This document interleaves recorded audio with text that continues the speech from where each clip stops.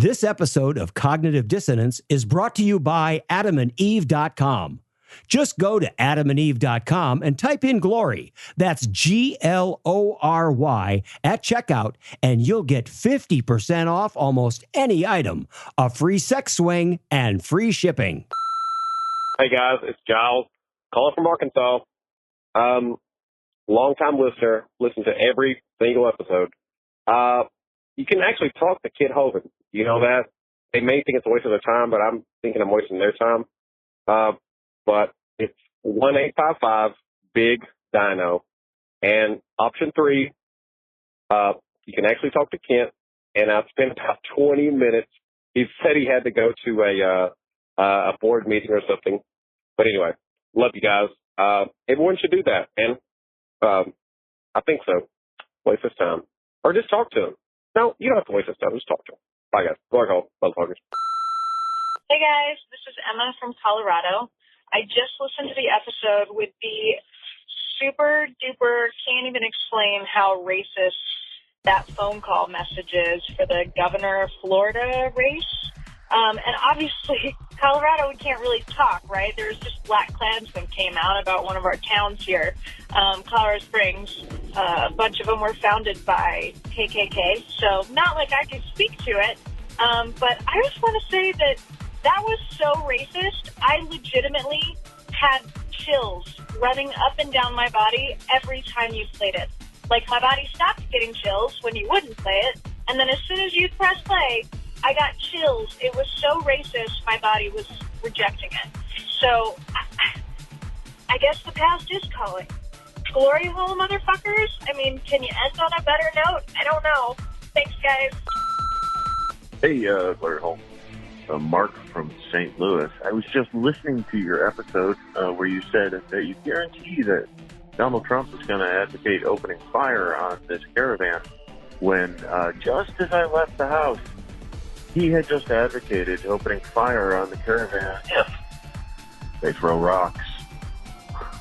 You're telling the future there, gentlemen. I hope not. All right, glory hole.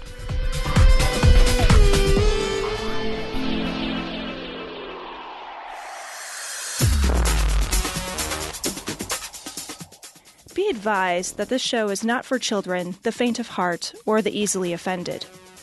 The explicit tag is there for a reason.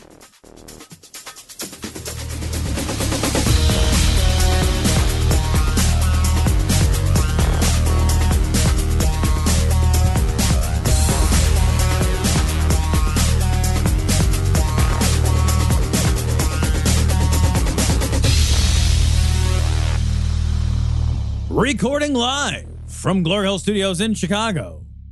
This is Cognitive Dissonance. Every episode we blast anyone who gets in our way. We bring critical thinking, skepticism, and irreverence to any topic that makes the news, makes it big, or makes us mad. It's skeptical, it's political, and there is no welcome mat. This is episode 441 of Cognitive Dissonance, and I am all geared up, Cecil. We are voting on Tuesday. This is coming out Monday. It is. So it is. Vote tomorrow. Watch us afterwards on the live stream with Heath Enright in studio. We'll be live at 8 p.m. Central Time. How excited are you to regain the House, to regain the Senate? It's not going to happen. To regain the House, can we regain the House, please? I hope so. Can we? I really want it. I really want the House. I hope so. I've been saving diligently for this House for 2 years. Yeah. I'm sick of the mortgage payment I'm currently paying. That's for sure. And I want to foreclose on the current owners. But yeah, this is the last plea that I will make. I know that there are some people out there that don't vote. Don't be that person. Be the other kind of person. Be the other person. We call them better people. Yeah. You should vote. Yeah. If you don't vote, you're an idiot. You just are. Stop listening. Stop doing everything that you're doing and go vote. You should be voting. Absolutely. If you care about anything at all, anything, cats. If you care about cats, go vote. Yeah. Just go vote. It doesn't even take a long time. Your employer has to give you time off to do it. Go vote. I don't understand why you're not voting. If you live in other countries, just so you know, go vote. They may fire you anyway. They might fire you. Yeah. but they shouldn't. And if they do, you should get unemployment. If they do, you can't have that if there's Republicans. Next time you can volunteer at the polls if they fire you because you'll be free. Because you'll have plenty free of free time. You'll have free time. So the first article I want to talk about comes from the New York Times. This is an article on Jordan Peterson. It's called Jordan Peterson, Custodian of the Patriarchy. And this is a typical sort of New York Times long form article. So there's no way to go into the whole thing. And I guess I want to start off by kind of expressing my ignorance. I didn't know much about Jordan Peterson, and I won't pretend that I do from one article. Yeah. But I will say that what I have gathered after reading this article and then after looking at some YouTube videos that I distressingly watched after reading this article, man, this guy kind of scares the shit out of me. It scares the shit out of me that he's got a following as big as he has. And he's expressing ideas that are as incredibly problematic. And I didn't realize how, and again, I'm just saying, like, this is my ignorance, but I had no idea his ideas were as crazily problematic as they are. I thought he was just the guy who didn't want to use trans pronouns. See, and I was like, that's stupid, but it's also not real interesting because it's so stupid you can debunk it in a minute in a half a second, move on, you know? I think the thing that I caught him at the very height of that, I don't want to use trans pronoun stuff, was when he first started getting popular. Someone who on Twitter was jawing at us and being stupid toward us. Like Tom and I were going back and forth with this person on Twitter, and they had said, Cecil, come on, man, you got to watch this Jordan Peterson video. I think you'll get something out of it. So I was like, you know what? I've been jawing back and forth with this guy. Clearly, I disagree with this guy. He was a Trump supporter. I totally disagreed with him. But I was like, you know what? I'm going to go out of my way to watch this video. This guy provided a video. I'll listen. I actually downloaded the podcast. I didn't watch the video, but you know what I mean? I listened to it all, and it was right at the height when he started becoming popular.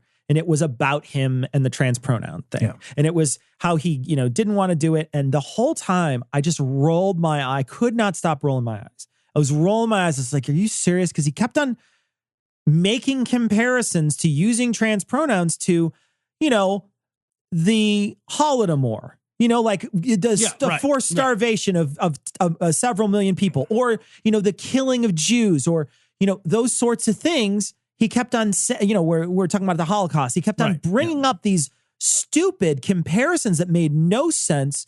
And it just felt like fear mongering to me. And I was like, this is boring. This is just boring. This guy is the Brian Fisher of trans pronouns. I was like, he's uninteresting. Yeah, right. He's uninteresting. And the thing is like, he can't even waver at that point. He couldn't even waver off into any particular interesting thing to make fun of him about, because like you said, it's a dumb thing to even say. Right. Well, so I want to talk about a few things from this article specifically. The first thing I want to talk about is this idea that he goes back to time and again, that the truth, and this is sort of a broad kind of summarization, right? So he has this kind of idea that there are essential truths about our nature, about what is in our character as people, that can be found by studying allegory, fairy tales, stories. Sort of the kind of the Bible, broad narrative everybody, tropes. The Bible, right, which he fucking loves, and he thinks there's a God. He talks about spirituality. This is a guy who does not. He's not an atheist. He's not an atheist. Right. And he is constantly trying to inject this thought into everything he does. So it permeates everything he talks about. And I got to say, as a man who's studied English literature, and I do believe that stories are powerful. I do. I talk a lot about telling stories in terms of using stories as ways to understand ourselves, as ways to understand our culture. But, where I differ is that I think stories reflect who we are, not who we are supposed to be. And that is there's a difference and a problem that I have with Peterson, is that he seems to be suggesting that because these allegories and these stories and these sort of narrative tropes all have these kind of thematic threads that run through them, which are you can find these commonalities and links that they reveal a truth not only about who we are, but that who we are is who we should be, right? And I hear that, and it's like you're confusing the present with the optimal. You're confusing what we are with what we have to be or what we should be. And like, that's such a denial of progress. And it's such a retrograde way of thinking. And it's done, I think, purposely in order to kind of give validation and verification to an outmoded way of thinking. He's sort of saying, like, it's okay if you have a 1940s way of thinking about men and women and the roles of people in the world. It's okay because lots of other people have thought that way too. And so if you are Mayberry style thinking, if you've got this sort of, pre-World War II style of thinking, that's okay. Because lots of other people have also been ooking and ahking also have that same style. Right. Yeah. So he's just, all this is an appeal to popularity dressed up in kind of this half-assed literary critique. Yeah. And it's lame. And it's fucking transparent. And it's like, and I remember when I was in school, I had this total hard-ass professor. And I'd write these papers and I would draw all these comparisons. And I'd pour all this energy into this thing, and I'd hand it in, and I'd be like, I teased a lot out of that. And she'd write at the end, so what?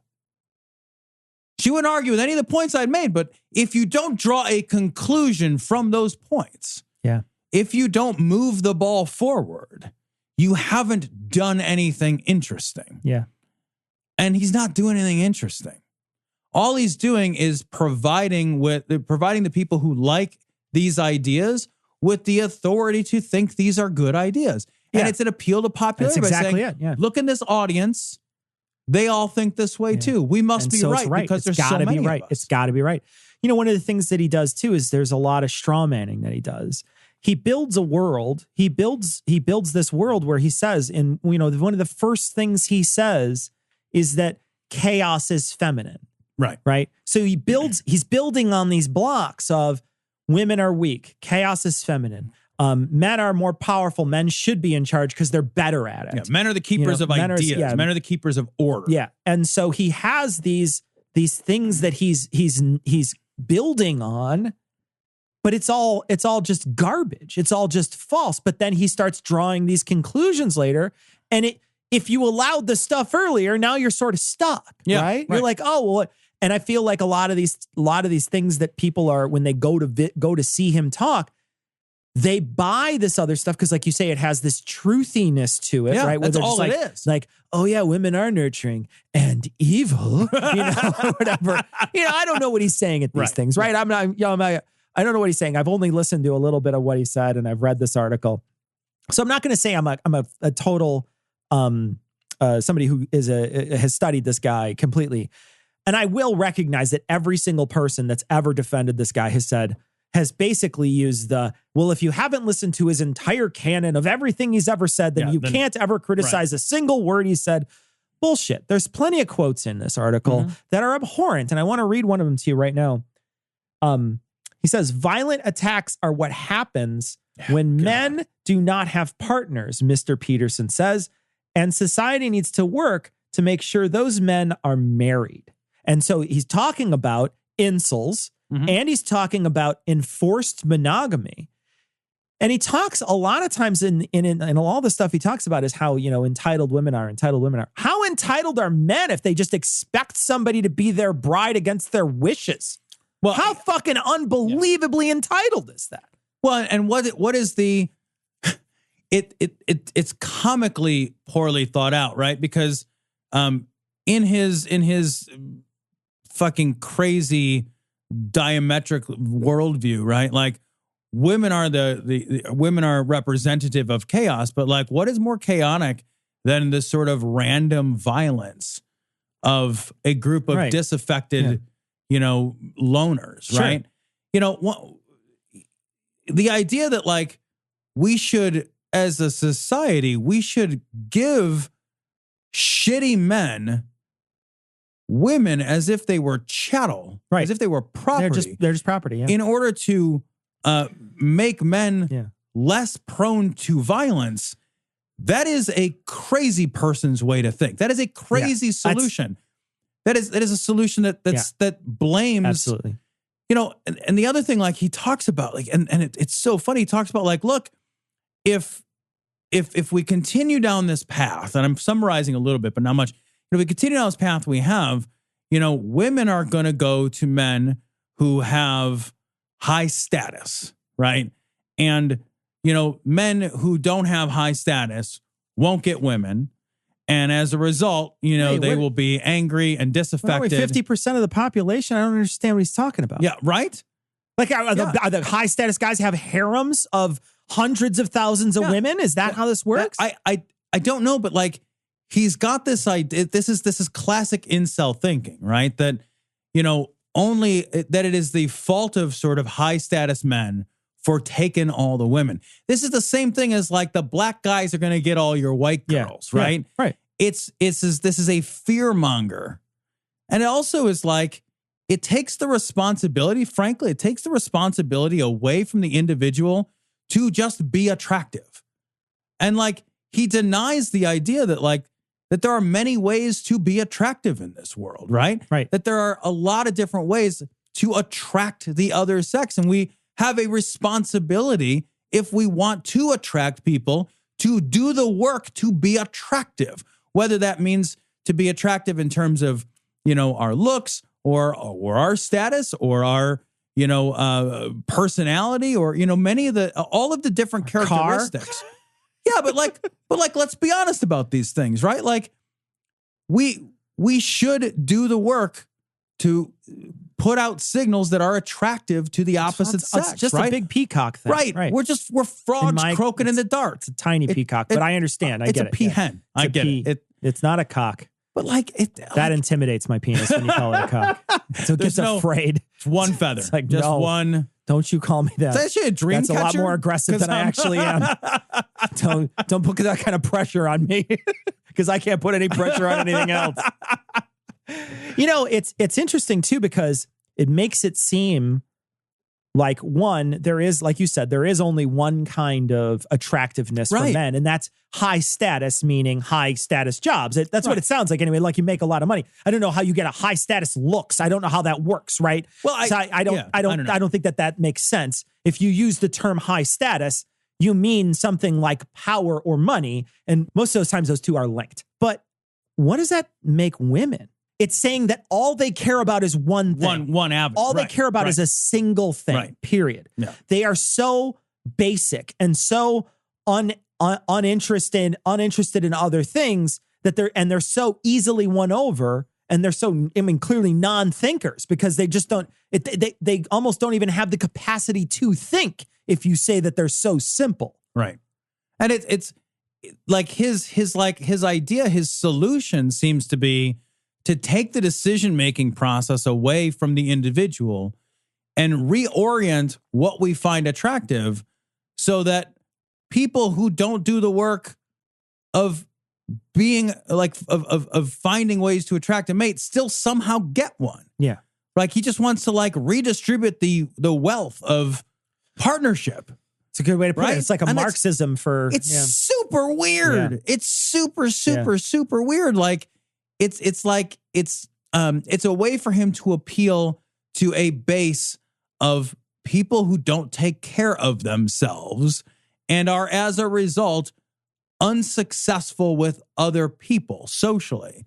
And to pat them on the back and to say the fairy tales all agree with you, and I'm sorry, and here's what we should do is we should create this sort of market wherein we give, you know, you get a woman, and you get a woman, and you get a woman, and you get a woman. And he's not even indirect about that. Like, he very much comes out and says, like, yeah, well, you know, why do you think these guys are shooting up the whatever? It's because they can't get a chick. And what does that say about guys too? Where it's just just awful. It's just awful all around. It's the worst view of humanity, because you're a guy who's, first off, unappealing, right? And whether that's, like we said, there's many avenues to be appealing, and you're choosing to be unappealing in every single one. Yeah. Right. Yeah. And so you're unappealing, and you are such a shitty person that because you're frustrated with your own inadequacies, you will hurt and injure other people. So our job as in society is to placate you. Yeah, all right. Yeah. You know, we're supposed to placate this person who's such a shitty, garbage person who's going to injure other people because they're mad about how the world's treated them. Well, what does that say about guys, too? And there's a great example of that in this article where one of his supporters, you know, says, you know, and the guy's 25 years old, the guy quoted in this article. He says, my mom's been on my case for a long time to clean my room. And it wasn't until I went and saw this lecture by Jordan Peterson that I realized that cleaning my room was just another way to take control of my life. And so I started cleaning my room. And I thought, you're a 25-year-old man who lives with his mom and can't even be bothered to perform basic household hygiene. Yeah. The problem isn't women. The problem is you are unattractive. Yeah. Like you're not putting in the effort. There's an idea that we should just be accepted without any effort. And you don't get anything worthwhile without effort, except for in this worldview. Yeah, in this world. This is a worldview where men are granted women without effort. Yeah. And that is like insanely misogynistic. Yeah. It's insanely misogynistic. And this motherfucker makes like 80 grand a month. He's the incel Tony Robbins. He is. Yeah, man. He's out there with his like little mic on. It was so Dude bad. makes fucking fatty banks. I had no clue. And we talked earlier, neither of us begrudge him the money. We begrudge that he's spreading horrible, shitty ideas and reinforcing incel ideas. Yeah, this is exact. Like this guy is literally what's wrong with the world, and he's selling it as patting you on the head and saying, "Don't fix your personal inadequacies. It's the world that's wrong." World, yeah. Let's fuck! I'll fuck anything that moves!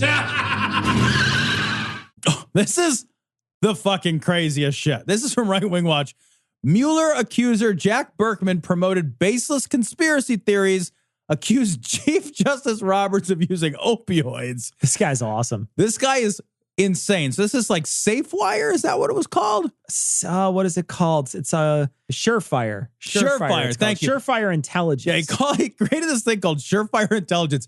And as a part of that, he was caught trying to find women that he could pay off who would create a claim that Robert Mueller sexually assaulted them. Yeah. When all of this kind of came to light, one of my favorite parts of the story is when they started sleuthing back what Surefire was, the phone numbers eventually go back to his mom's voicemail. And they started doing reverse image searching, and they found like a bunch of models for the people that work there. Yeah, the CEO, and it's like some model. Yeah.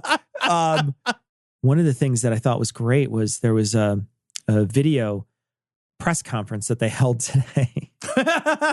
And like at one point, a couple people asked questions. The entire time, first off, one of these guys has his fly down. So that's the first thing. What are one of your questions if you were reporting like, hey, XYZ? I have a question. Does it have to breathe all the time? Or, it's not so much a question as a statement. It is not that cold in here. Just throwing that out there. I have a statement as well. I don't think you're happy to see me. But he basically... Follow up, your penis is very small.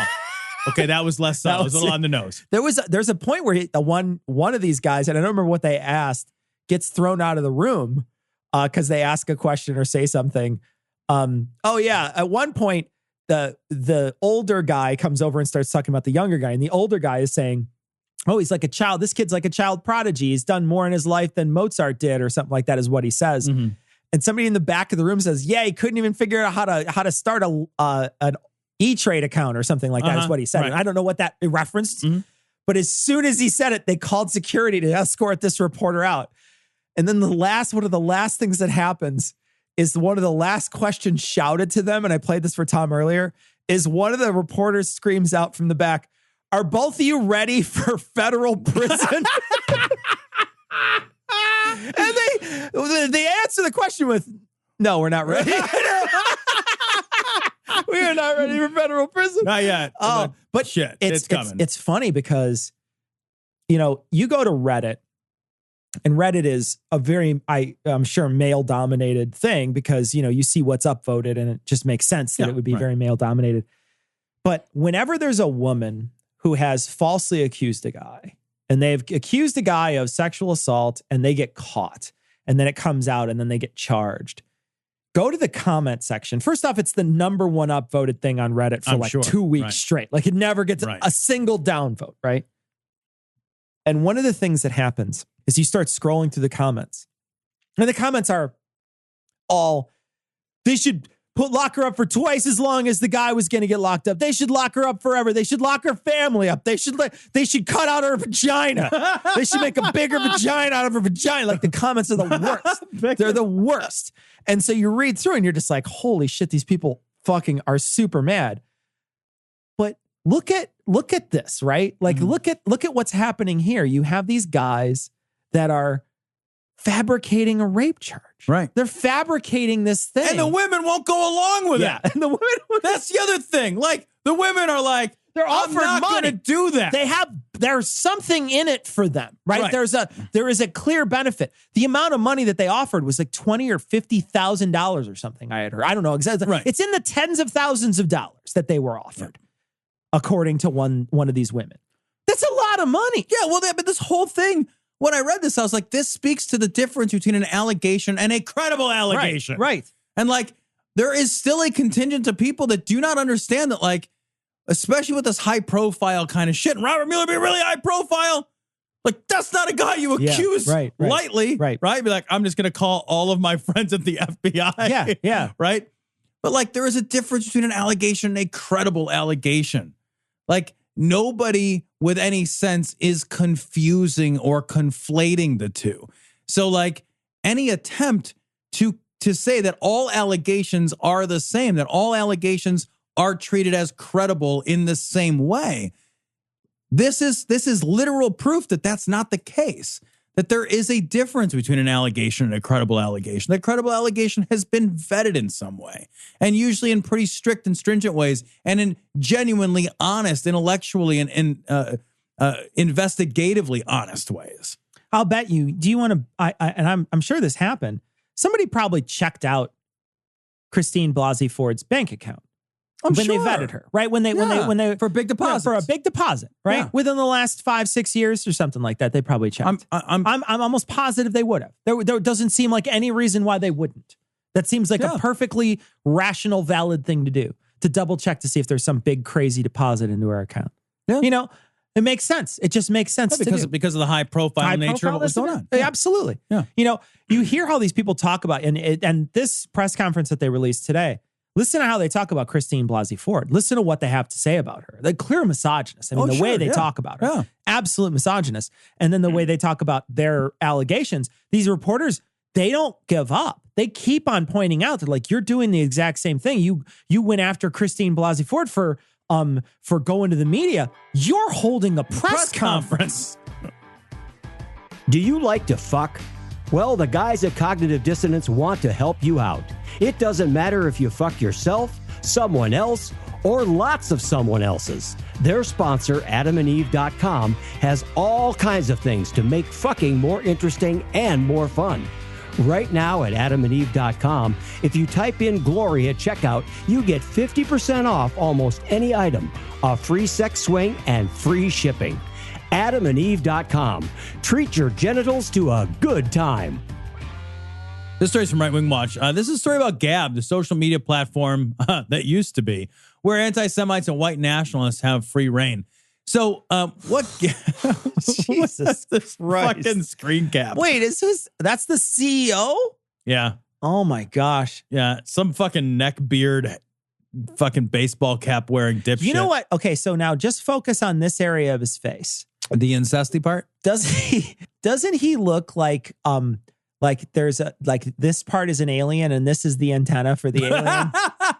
It does. If you guys look at this, look at his nose, the way He's his got an nose, Alienware thing going on. Look at the way his nose meets his mouth. Like there's a unpleasant looking guy. This is the master race, everybody. Behold, the master race. So anyway. Yeah, so what Gab is basically was. I'm going to say was because I don't think it exists anymore. Well, let's see, Tom. We're going to go. Check it out. So gab.com. I bet it's going to work out great. Oh, Gab has spent the last 48 hours proudly working with the Department of Justice and FBI to bring justice. Oh, it's not 48 hours, hon. It's been a lot longer than 48 hours because that attack happened on last Saturday or Sunday. Right. So it's been a week. So Gab is still down. Gab's still down. Gab's probably not coming back up. So Gab is the social media platform for all the people that get kicked off of other social media platforms. So pause and think about how bad some of the shit you see on some mainstream social media platforms is. They're the guys who can't hack it there. Right. You know what I mean? Right. Like, it's bad. It's bad. And this is part of it. Cecil, you and I talked about this before the show. Like, this is part of that bullshit, hyper free speech, like free speech at any cost, radical free speech, honesty sort of nonsense. If we pretend that there is no social contract around speech and around the exercise of speech, we're lying, right? There is a difference between free speech as defined by governmental interference in our speech, and I think everybody understands this before, right? And free speech that violates the generally accepted social contract, right? So if I just stand on my street corner screaming the N-word, that's perfectly legal. Oh, yeah. That's perfect. But absolutely. I'm violating some significant social contracts when I do that. That's going to get you beat. And that's not going to work out well for me. Yeah, it's going to be rough on you. And not only is it not going to work out well for me, Cecil, it shouldn't work out well for me. And in the modern day, when people can take a video of you, you're fired the next day. And you should be. This happens every week. There's some racist who gets exposed because they can't control their temper and they can't control themselves, and they flip their shit on the street and they start calling people racial slurs, and they get a video recording and they lost their job, they lost their company, they lost their everything. That happens all the time. You know, I feel like it's only possible that one of two things is true, right? Either the things we say matter and should be taken seriously, or the things that we say don't matter and nobody should take them seriously. If the things that we say don't matter and nobody should take them seriously, then why talk? Gather together in social context, why say right? anything? So I think that's clearly a stupid concept, right? I think it's very obvious that the things we say matter socially. They have absolutely talking about very specific social consequences. So this thing like Gab is a place for these hate mongers to go, and they can all do their 5-minute fucking hate. Yeah, and it's legal.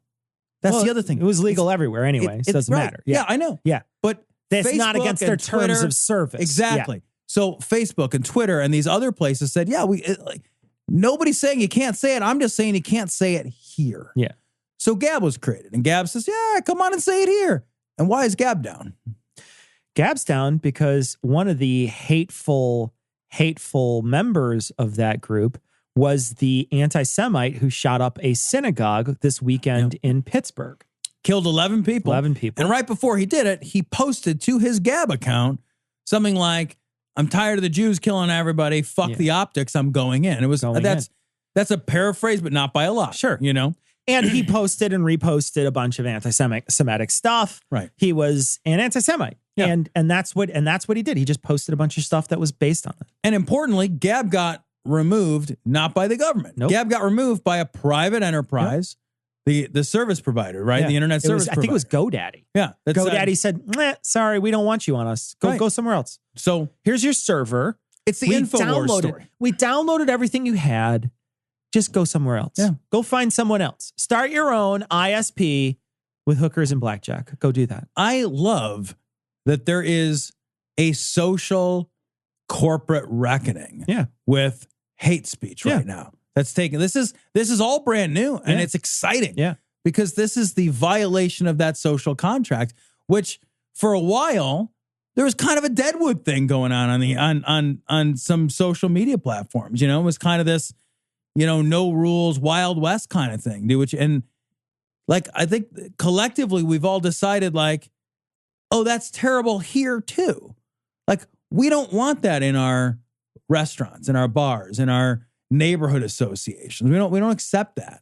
We don't accept it in our online spaces anymore either. Yeah, mostly online spaces that most people I think it's wonderful. And the reason why those online spaces that don't accept it are thriving and flourishing and have, billions of people. I don't know how many people are involved, but, hundreds of millions, let's say, are involved in those social medias because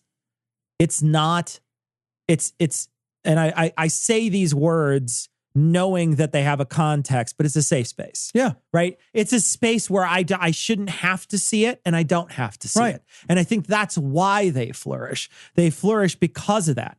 I would gather that Gab was certainly not rivaling Twitter in users, right? Because people came and they're like, gosh, this is what a garbage place. A while back, Reddit did the same thing. Reddit had this thing called where they took the Donald, which is a subreddit that they have there that talks about Donald Trump and basically just lets Donald Trump ejaculate on their faces of all the people who subscribe. And they changed the algorithm because everybody in the Donald would just upvote everything, period. Didn't matter what it was. They would upvote it a million times and then they would get their bot accounts to come in and upvote everything. And so there was just, tons and tons and tons of upvotes on these things. More upvotes than other subreddits would be able to generate. Even large subreddits wouldn't be able to generate or keep up with as many upvotes as they were getting because they were using these bot accounts to only upvote. There was never any downvotes. And so it was just this, they just had this, they were hacking the algorithm and they would shoot stuff up to the very front page with all the Donald stuff. And it was covering the front page. I actually hid all that stuff during the election last time because I was just like, I just can't deal with this. I'll go to visit it to see what they had to say for like a week. But I'm not going to see it every day. It's just too much. And so they changed the algorithm that doesn't work like that anymore. And a bunch of people on the Donald got pissed and a bunch of people in other areas got pissed.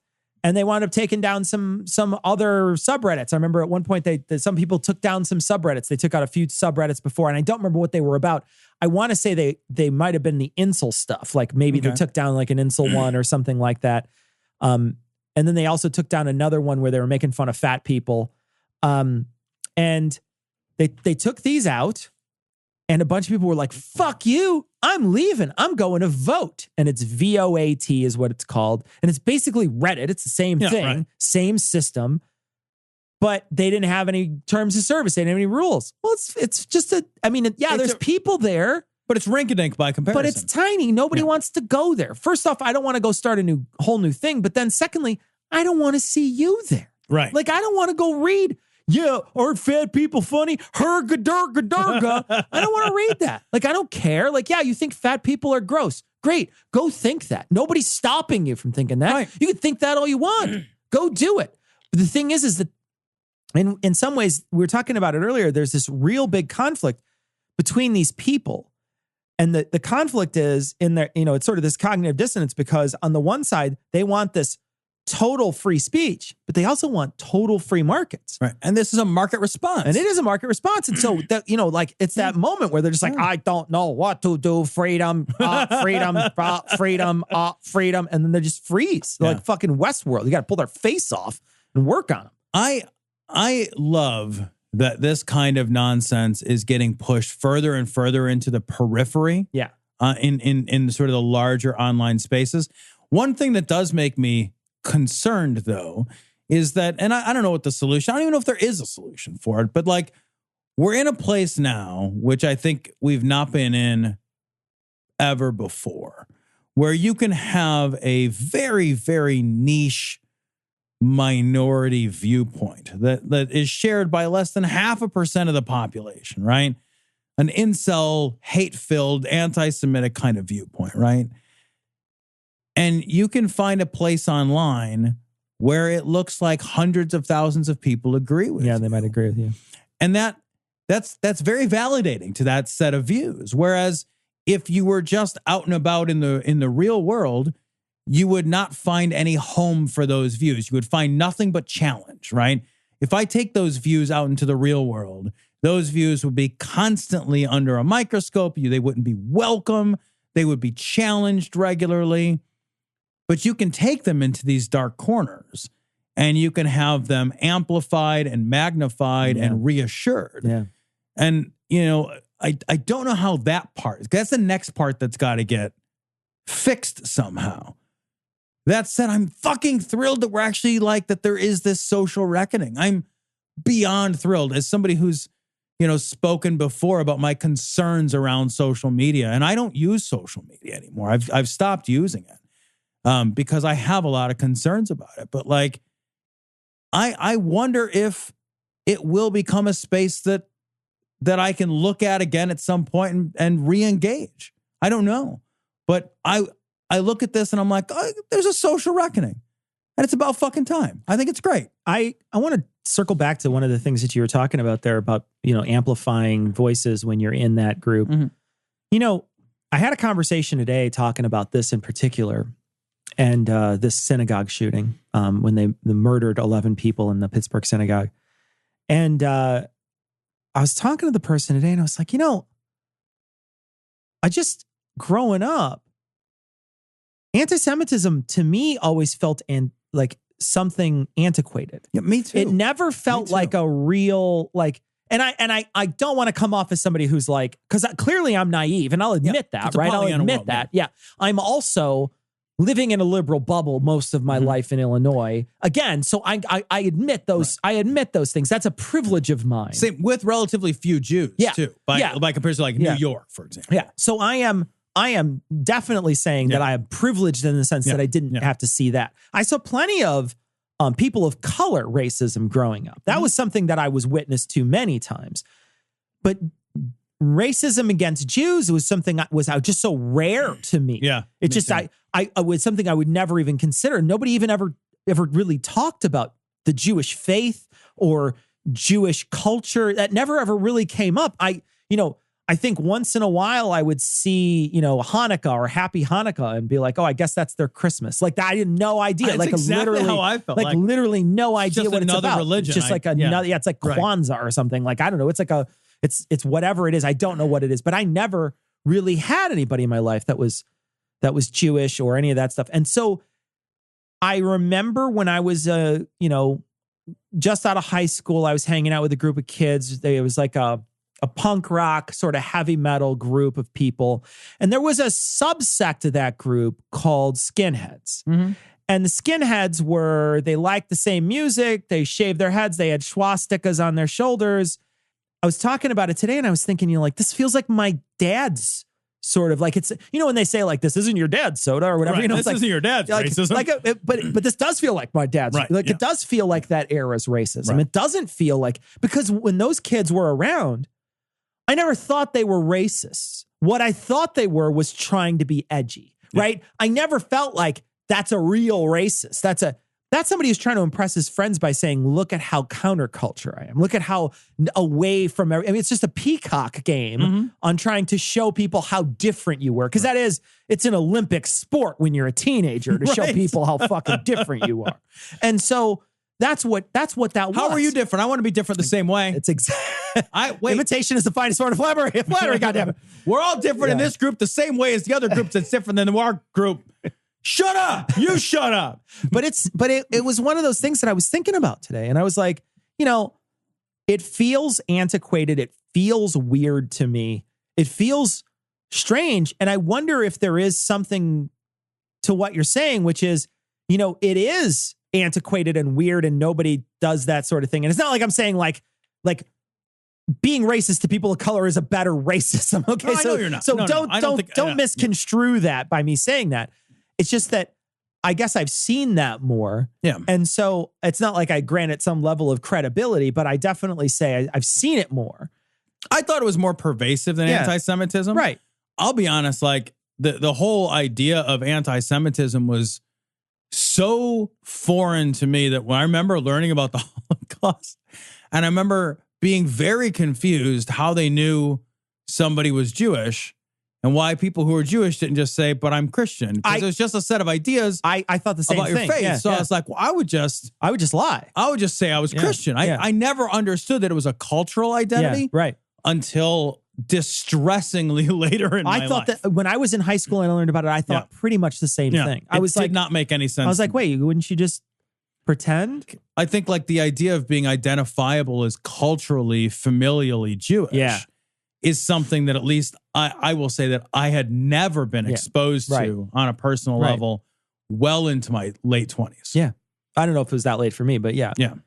But it's an interesting thing that's coming about. And I wonder if there is something to say, maybe there are some weird, dark, shitty areas of culture, especially of technology, that allow people to communicate with each other in a way that is hate speech and gets people sort of like realizing that they're not the one, and also being able to pollute people's minds with more and more and more of that hate to cause them to actually commit some sort of violence because they are so afraid or so amped up about it. Yeah. I love the old days. You know what they used to do to guys like that when they were in a place like this? They'd be carried out on a stretcher, folks. I love this so much because I don't understand what this means. This is from Right Wing Watch. This is Liz, 10 fingers. 8 fingers. Crokin. Bombs sent to Democrats may have been a white hat operation. Huh. That's interesting. I don't even know what that means. Let's figure it out. Here's Liz. To be completely honest with you, You've never done that once. I just want you to know straight up. That's never happened. Let's be fair. I don't think she's lying. I just think she's stupid. Like, I think that there's... Right. I think she believes it. That does not make it better. And also doesn't make it true. Right. Yeah. It doesn't solve either of these problems. Their false flags are getting so sloppy that... We got to stop and we got to talk about the mail bomb guy. Okay.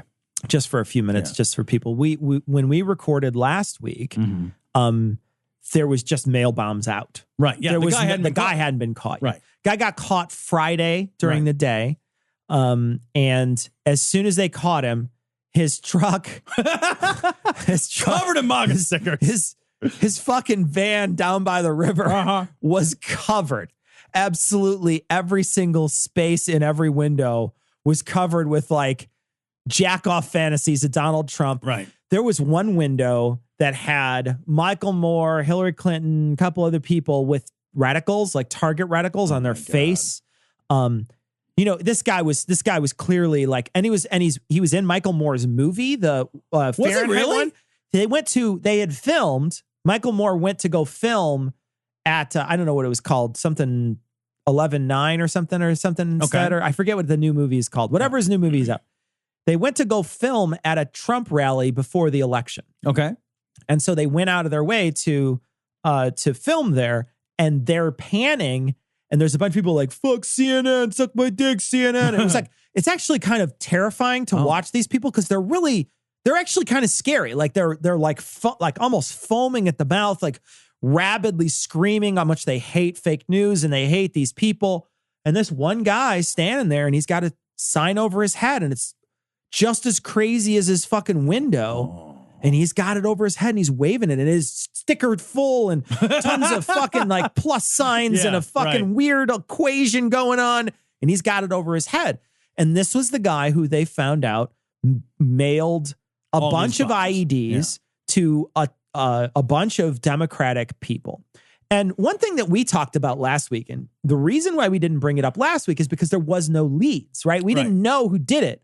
Well, what the evidence we had was someone was targeting Democrats, right? That was the evidence that we had. That's all we had. But that was it. That's all you had. So it was like, it would have been a story of us saying someone's targeting Democrats at the end. Right. But I'm certainly not going to come out and be like, it's definitely a MAGA guy because I don't know who is doing it. You don't know who's doing it. Right. And basically what happened the next day, it was a MAGA guy. You know, what people thought was true was true. Yeah. It's not always true. It's not always true. And you should wait. Yeah. And you should wait until you get somebody who's actually done it. Have some evidence before you say it is definitely that guy. And nobody's doing that anymore. There's this rush to judgment.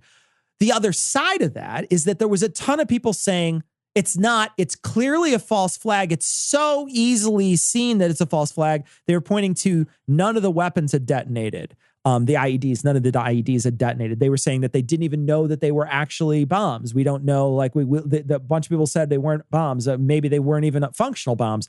They were sent so close to the midterms. They were intercepted before they actually made it to the people on many occasions. They're pointing to all these as an incompetent bomb. That's all it does. And it points to a competent group of people who are stopping it from getting to the people and making sure they get to it in time. Can we pause and talk about that for a second? Like, do you think that when you mail something to like Hillary Clinton or Barack Obama, that he just goes out to his mailbox and whatever any asshole dropped in a fucking mailbox arrives at Barack Obama's doorstep like he's you?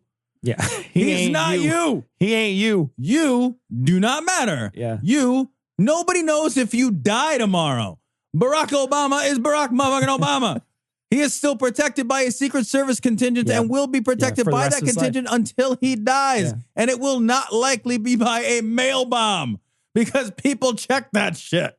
Yeah, he's got a whole bunch of illegal immigrants that they just like tasters. They walk on his back when he needs it.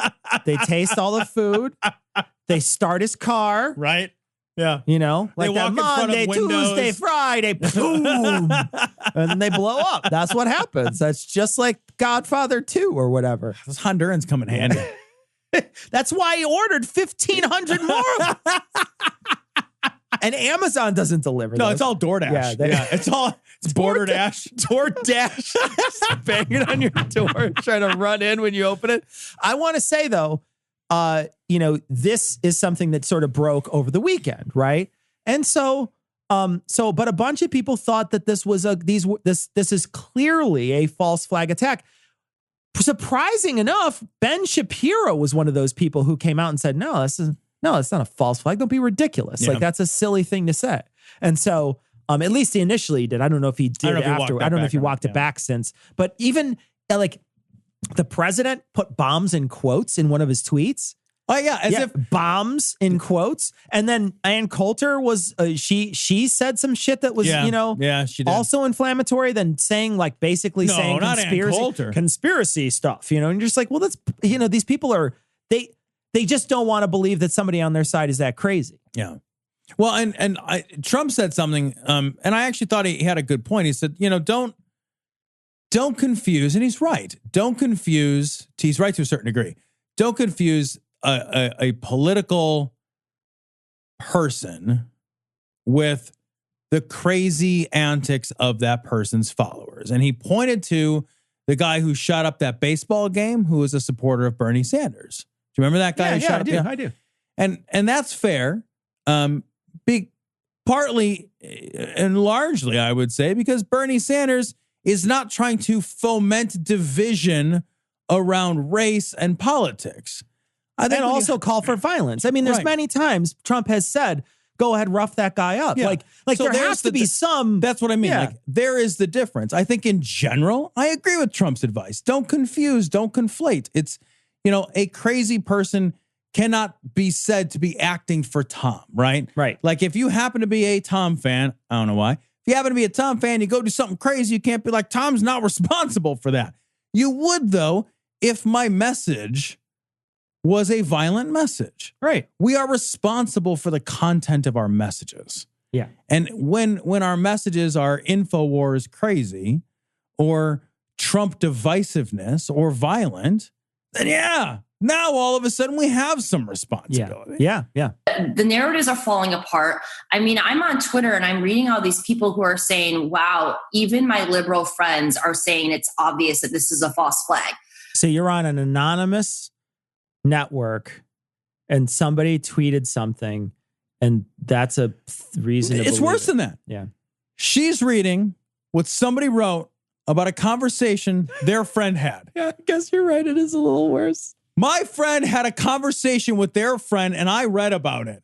And are you serious with this shit?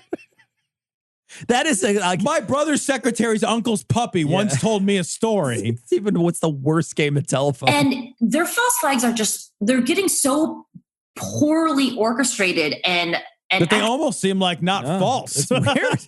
It's weird. They go out of their way to like dot all their I's and cross all their T's and misspell Wasserman Schultz. And yeah, it's crazy.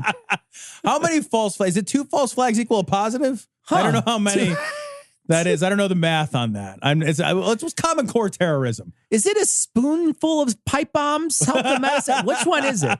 Executed. That part of me wonders if this is a white hat operation. I don't even know what that is. What is a white hat operation? It's when you go into White Castle and they wear those little teepees on their head, and then they serve you a fart burger. Is this like those are disgusting? When was the last time you ate White Castle? They are not disgusting. I know, that's the problem. When you're drunk. When you are hammered, they are amazing. Unbelievable manna from heaven. Yes. They are absolutely the most stunning thing.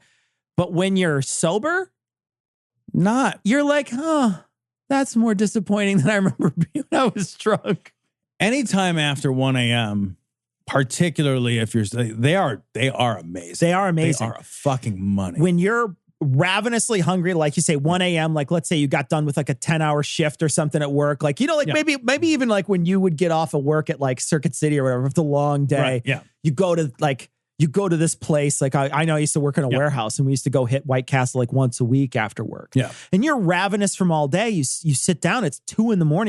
You worked from 10 a.m. till 2 and you're just like, oh my God, these are the greatest things ever.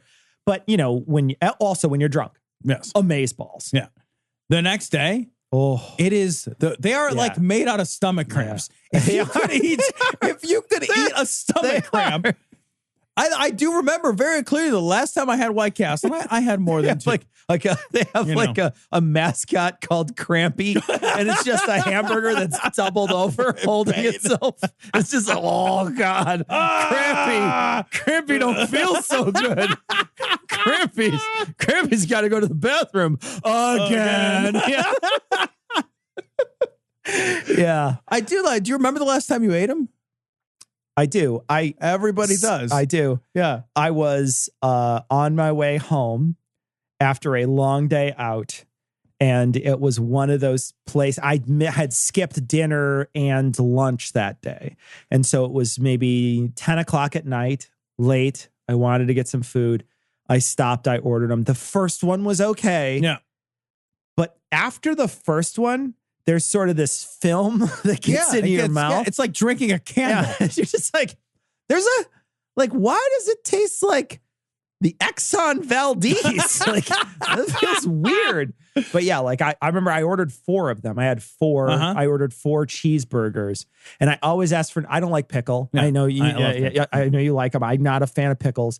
And I always order all my burgers, no pickles. And I will tell you, I can order 100 burgers, no pickles, and I will get maybe 4 without pickles. Every time. Really? They don't care. They're just like, whatever. It's like this comes They'll put extras on. They're just like, they dunk it in the juice. And it's the worst when you drive, because when you drive and you're like, you bite into it and like, and you're pulling the pickle out with your teeth, you got to taste it. And you're like, fuck, that's gross. And so but that's the worst. So they all had pickle on them, even though I said no. So I ate White Castle 3 homes ago. It was that long ago. 3 homes ago.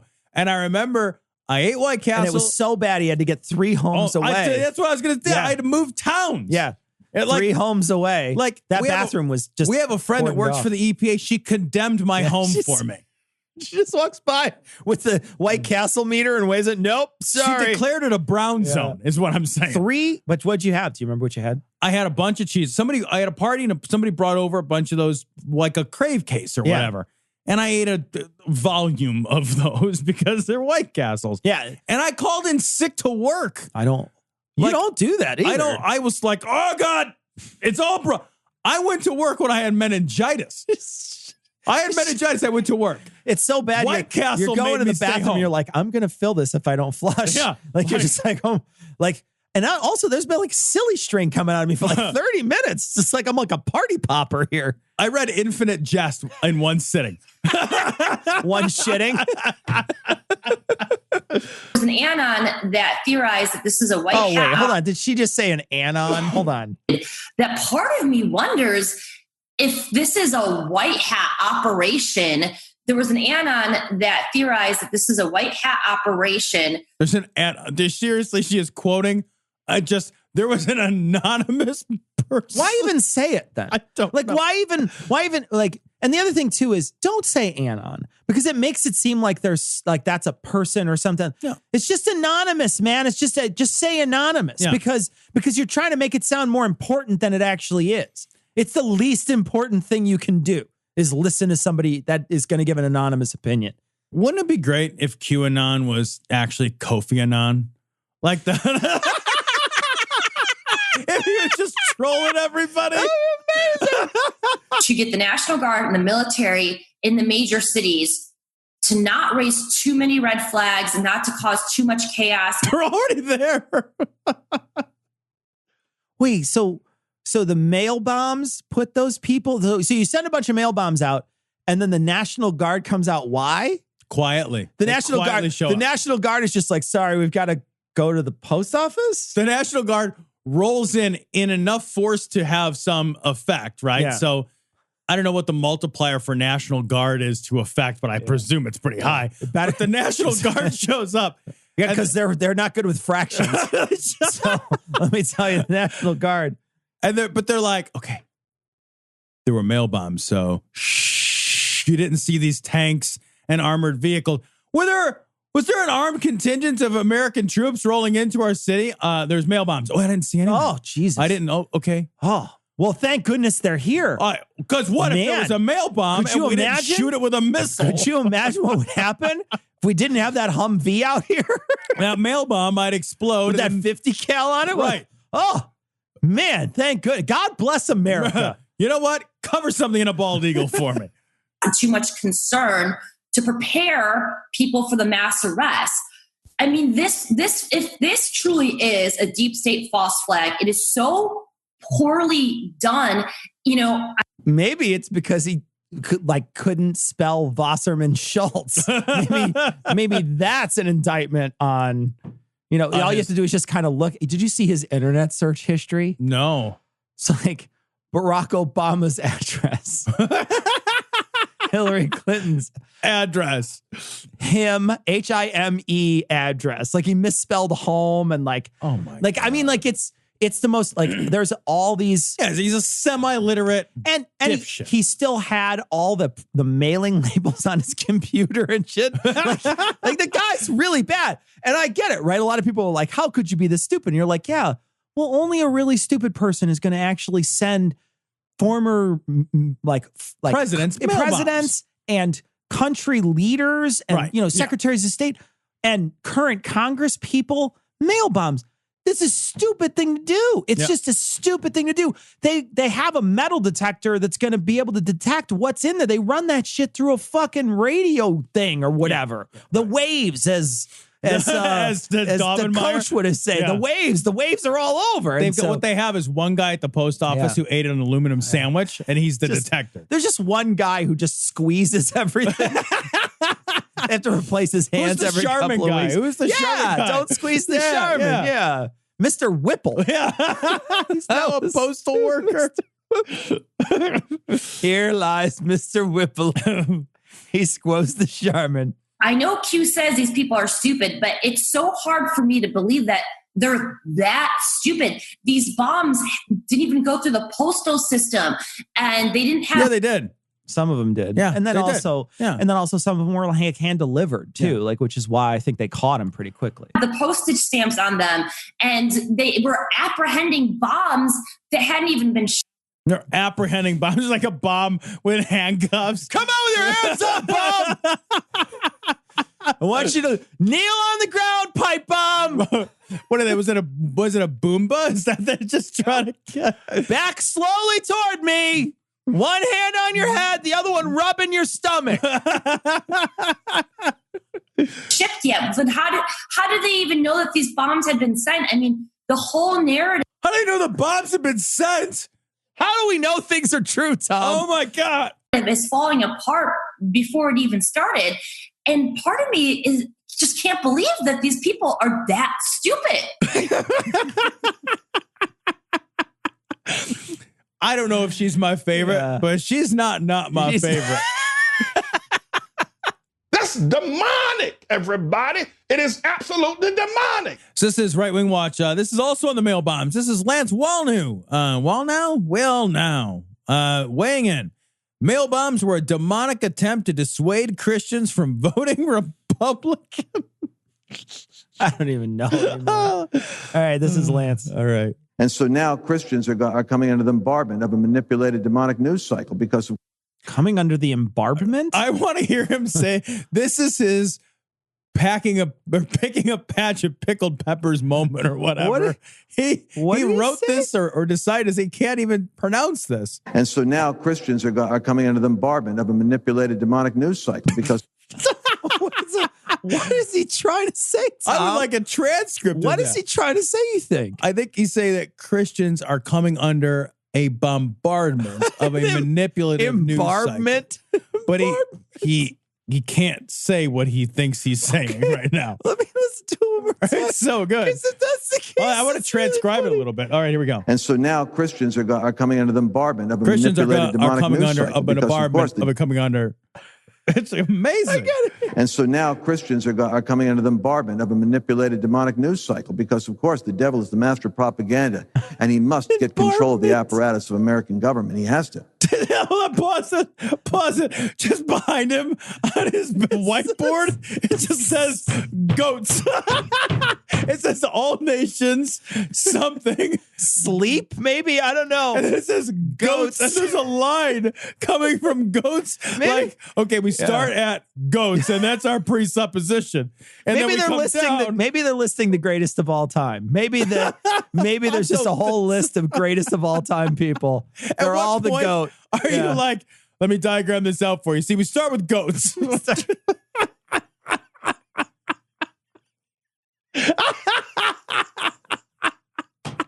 I love these guys. It's kind of just goats. And then he looks at the audience and just faints. What if somebody opens an umbrella and it just Now I know what you're thinking. The media, right? Wrong. Goats. I like to think that every single moment of punctuation, any kind of wild gesture gets pointed at goats. Goats. Oh, it's amazing. All right, so I still didn't understand the second part. I got to play it again. Okay, oh yeah. Let me just start from the beginning. And so now Christians are coming under the bombardment of a manipulated demonic news cycle because, of course, the devil is the master of propaganda, and he must get control of the apparatus of American government. He has to. Wait, of course, the devil is the master propaganda? And he has to get a hold of the apparatus of government. Because he's the master of propaganda, or that's what he uses to get control of the apparatus of American government? Aren't these the same people who think that that liberals are the weakest people, but also in control of everything? Like there's always this yeah, it's because the devil, the end. Goats. No, wait. Goats. Goats. And so you have the news cycles. You have the news cycle about the crazy stripper in Florida who's, bombing people with 13 pipe bombs. What you're not hearing is the bombs were designed in such a way that they really wouldn't go off. They were a stripper in Florida. He was a male stripper. Oh, was he? Yeah, he was a male stripper. Oh, I didn't know that. Yeah. Huh. He's just a male stripper. Like when they show him like holding the sign over his head, you're like, that dude's got some guns. Like, okay. He was Diesel. He's a pretty big guy. All right. He also had like a shoe shine haircut. Like his haircut is like dyed in. Like it was really strange looking. Like look at a couple pictures of this guy. He's really, he's kind of weird. No. That's strange. Wait. You would think he would be normal. The guy with a goat. He's a weregoat. It's a weregoat.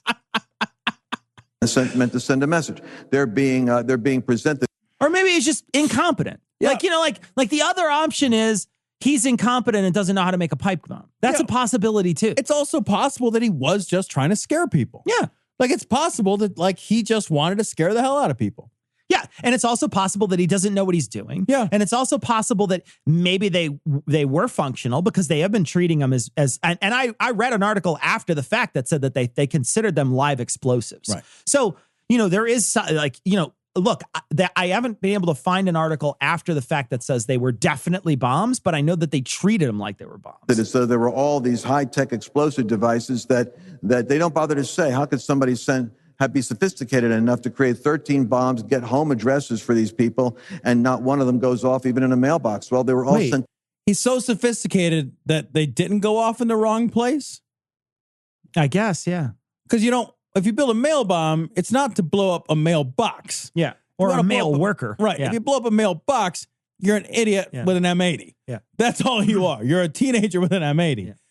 Yeah. And I like this idea that he's putting forth that, like, building a bomb is so hard to do. It's not hard to do. Shit blows up. Like, you can just go buy a bunch of fucking black powder and put a bomb together. And that's legal to buy. Yeah. You can buy tannerite and shoot it as a recreational thing. Like, shit that blows up is not hard to come by. Yeah. The mail bombs put together by a male stripper. That makes sense. They're just bombs. It's just bombs. Yeah, you cross multiply for the mail, and it's just what bombs. if, like, his stripper name was just Da Bomb and he was confused? Like, he just got all mixed up. Ladies, welcome to the stage, TNT, everybody. He's dynamite. Watch him explode, ladies. To processing centers. They weren't sent to personal addresses. You know why? Because processing centers. I thought you just said he got all their addresses. He just said. Literally just said. Just said moments before. And you know why they're sent to processing centers? So they can be processed, baby? By goats? Can pick them up and find them. And the bombs themselves were not designed really to hurt you. The guy goes, the only sentence he said before the Lord shut him up is, I never wanted to hurt anybody. They weren't designed to really go off. Before the Lord shut him up. The Lord shut him up? The Lord was like, quiet down. Don't wait for your attorney now. Exactly. I know the demons done made you did it. It's all part of our little cosmic chess games we playing, but wait for your attorney. But you won't hear that. What you're going to see is stickers all over the place about his van. The guy who was doing the pipe bombs was possessed, just like the guy who went into the synagogue is possessed. Just like anybody who appears to be on the right who behaves badly. Yeah. We can say those guys are all possessed.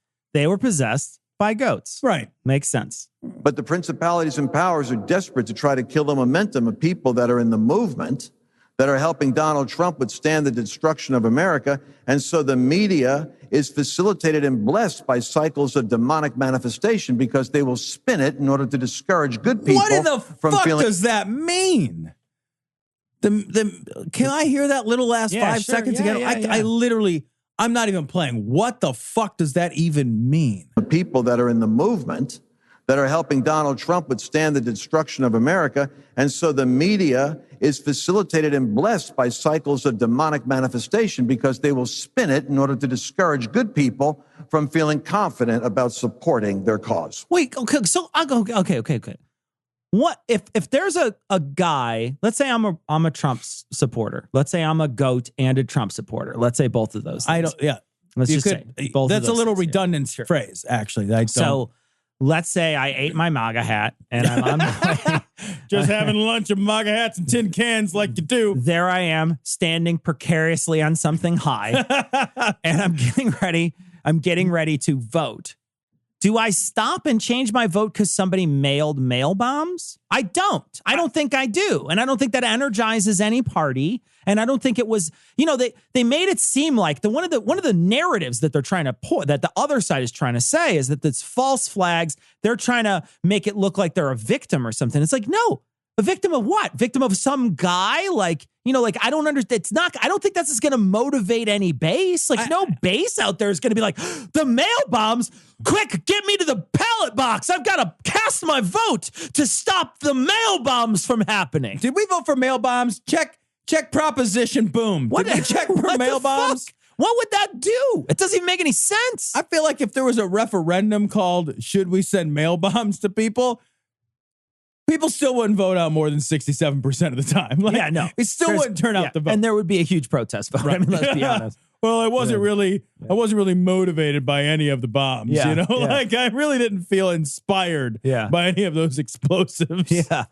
I just don't understand what the the cause. And I understand there are some people who are saying, and we even said it to a degree, that, you know, they need to tone down that violent stuff, because if they keep on like spouting violence, people will be violent. Yeah. But I don't know that that's going to change anybody's mind on their side and on voting. Look, if you're right, you're right. If you're left, you're left. I don't think anybody is going to look and say, well, somebody with a bunch of bumper stickers mailed a couple of fucking crazy people bombs, so like my politics have suddenly changed. It doesn't change. You know, and it turns out abortion is wrong. Yeah, you know, exactly. like no one's doing that. Nobody. Right? This is a zero issue on anybody's ballot. Nobody's pro mail bombs. Yeah. It's not like, or the synagogue shooter. The same thing. Right? Everybody hates that guy. Nobody is like, man, gosh, you know, this guy was a hateful dude. You know, it's funny too, because a bunch of people were pointing to it and saying he didn't like Donald Trump. He was attacking Donald Trump. And I'm like, who cares what he liked and disliked? Yeah. I don't care if he liked fucking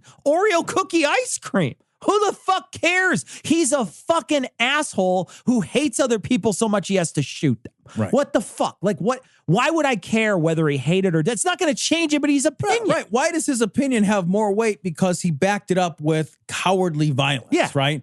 Like, shooting a bunch of unarmed people does not lend his voice credibility or weight. It's not like I'm like, well, now let's hear from him. He might have something I haven't.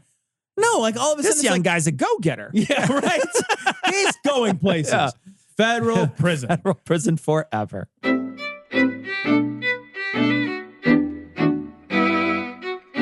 So we want to thank our patrons. We want to thank all our patrons. We want to thank our newest patrons, Derek, James, Rachel, Mark, It's a Me, Rebecca, Utek. Come on, Noah's nasally stream of consciousness. It's so mean. I think it's nice of Noah to pay, you know. Be a patron. Nice. Yeah. And Susan, thanks so much for your generous donations. We really do truly appreciate all our patrons. So thanks for donating. We wanted to mention that we are starting up with the GAM guys, the Scathing Atheist guys. The Citation Needed crew is doing a Vulgarity for Charity. Very exciting. Yeah. We're going to raise some money for Modest Needs, a charity that I think is near and dear to both of our hearts. Absolutely, yeah. So Modest Needs, that's going to be what you're going to want to do is you're going to want to donate to Modest Needs, send proof to vulgarityforcharity@gmail.com.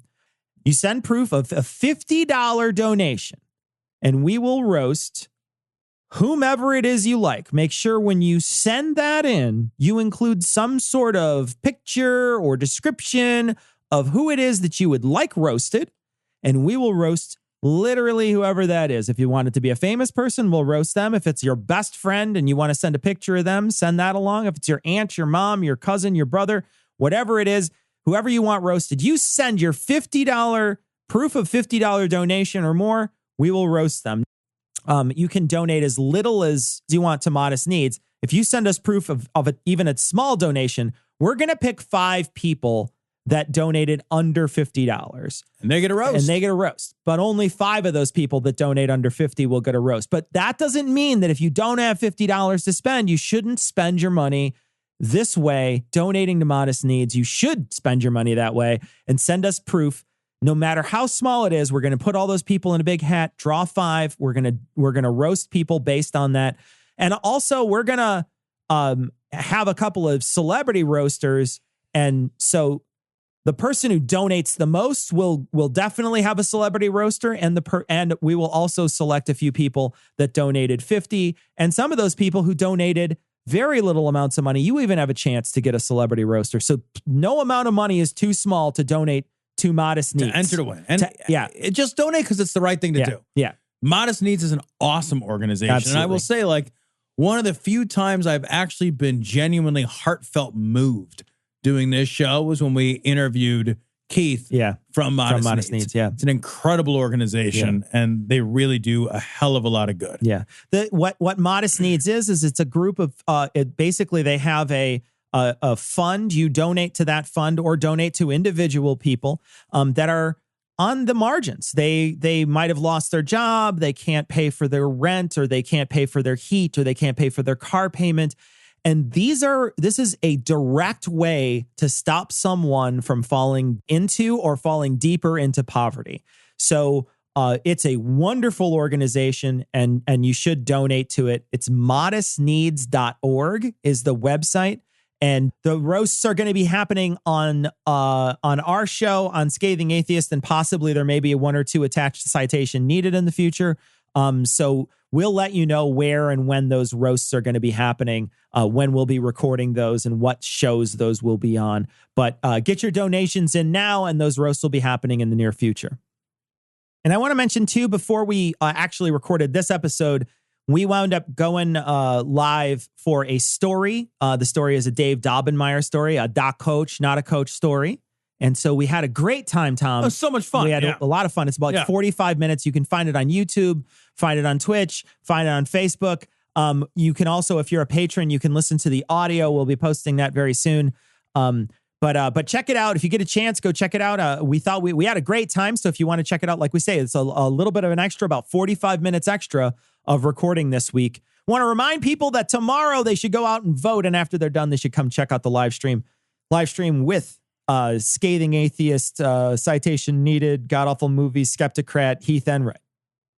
And it's going to be a great time. We're going to have a great time in studio. It's a video feed. Chartreuse Wave. And it's going to be Chartreuse Wave. Video feed. So you could check us out. We're going to have a blast. We're going to be enjoying ourselves. So come join us after you vote. 8 p.m. Central is when we're going to be going live. We're going to skip our email this week. We're going to gather more email from last week. For next week, we didn't get a lot of emails this week, but we'll save the ones we got. But we will leave you, like we always do, with the Skeptic's Creed. Credulity is not a virtue. It's fortune cookie cutter, mommy issue, hypno-Babylon bullshit. Couched in scientician, double bubble, toil and trouble, pseudo quasi-alternative, acupunctuating, pressurized, stereogram, pyramidal, free energy healing, watered downward spiral, brain deadpan sales pitch, late night info docutainment. Leo, Pisces, cancer cures, detox, reflex, foot massage, death in towers, tarot cards, psychic healing, crystal balls, Bigfoot, Yeti, aliens, churches, mosques and synagogues, temples, dragons, giant worms, Atlantis, dolphins, truthers, birthers, witches, wizards, vaccine nuts, shaman healers, evangelists, conspiracy, doublespeak, stigmata, nonsense. Expose your sides. Thrust your hands, bloody, evidential, conclusive. Doubt even this.